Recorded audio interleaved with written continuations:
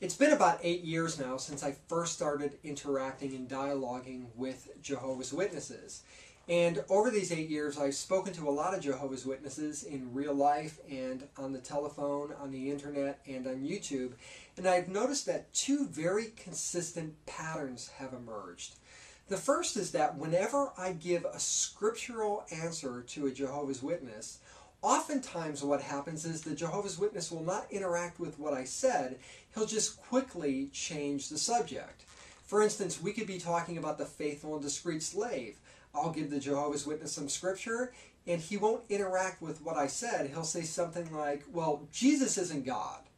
Or we could be talking about salvation, and I'll give some scripture, and the Jehovah's Witness will say something like, well, we Jehovah's Witnesses don't go to war, and you do. Now, the other pattern that I've noticed is that if I give enough scriptural answers to enough subjects, what the Jehovah's Witness will often do is he'll just flee. He won't want to talk to me anymore. And I got to thinking, is this a biblical thing to do? Is it a biblical thing to just change the subject when you're given scripture?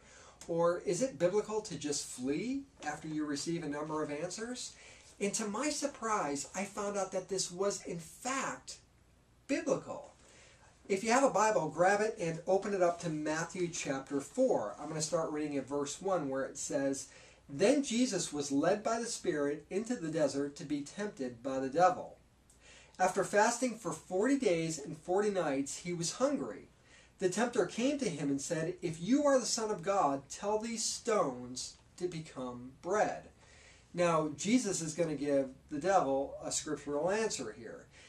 He says, "It is written, man does not live on bread alone, but on every word that comes out of the mouth of God."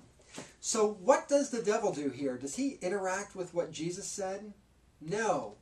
He does exactly what the Jehovah's Witnesses do. He just immediately changes the subject. And if you keep reading, this pattern repeats itself. You see, these are scriptural things to do. They're just not Christian things to do. You know, there's a verse in the Bible, speaking of fleeing after getting enough scriptural answers, that says, "Resist the devil and he will flee from you." It is scriptural. And I think that this pattern that you have is something that you really need to think about, whether it's a Christian thing to do or it's something that the devil does.